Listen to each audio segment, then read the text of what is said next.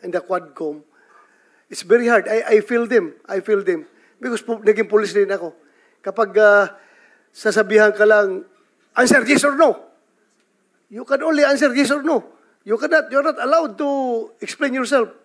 So, para bang you are being deprived. You are being deprived of your right to explain yourself.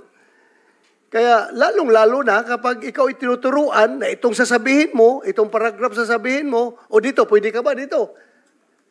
So, that's very inappropriate and it's very irregular for a lawmaker making an investigation in aid of legislation to make that kind of approach to a resource person na parang pinipilit na itong sabihin mo, iko-coach ka, ito, pwede ka ba dito? Para ang lumalabas na meron talaga silang preconceived